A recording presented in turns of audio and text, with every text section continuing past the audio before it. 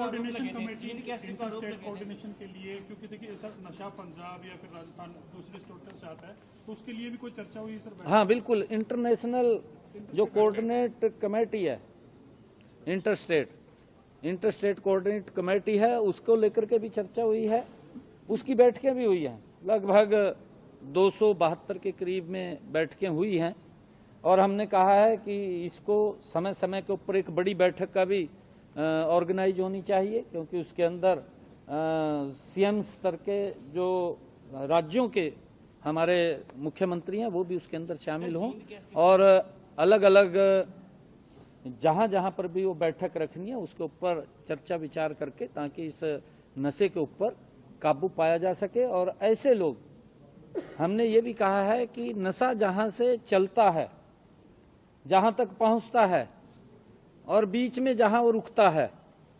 वो सबको चिन्हित करके उसके खिलाफ सख्त कार्रवाई करें, ताकि युवाओं को इस बढ़ती हुई प्रवृत्ति से रोका जा सके, उनको बचाया जा सके। सीएम साहब, कल अरविंद केजरीवाल दिल्ली में जाट आरक्षण की बात कर रहे थे, आज उन पर पूर्वांचलियों का अपमान करने को लेकर के आरोप लगाया। किस तरीके से देख रहे हैं केजरीवाल के इन बयानों को चुनावी माहौल में? देखिए, क्योंकि केजरीवाल साहब ने झूठ की दुकान खोल रखी है और वो झूठ बोलता है, अपना उल्लू सीधा करता है।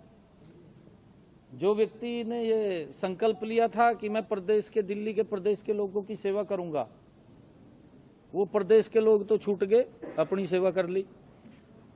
आपके सामने है, दिल्ली के लोगों को भी मालूम है कि अपने उसमें लगा हुआ है और अब उसको लगने लगा है कि अब दिल्ली के लोग मुझे घास नहीं डालेंगे। अब वो कभी कांग्रेस की तरफ देखता है, जिसको गालियां देता था, उसकी तरफ देख रहा है कि मैं शायद उसके साथ मिलकर के कहीं ना कहीं दोबारा फिर सत्ता के अंदर आ जाऊं। परंतु जिस प्रकार का उनका शासनकाल रहा है, जो उन्होंने वायदे किए थे, एक भी वादे के ऊपर वो पूरा नहीं उतरा और उल्टा लोगों को प्रताड़ित किया। झूठे वायदे करके लोगों का वोट लेने का उसने काम किया, इससे अलग कुछ नहीं। अब लोग समझ चुके हैं। सर, जिस तरीके से लोकसभा चुनाव में इनका गठबंधन हुआ था, इंडिया गठबंधन, अब जो ये गठबंधन है वो दिल्ली चुनाव में बिखरा हुआ नजर आ रहा है।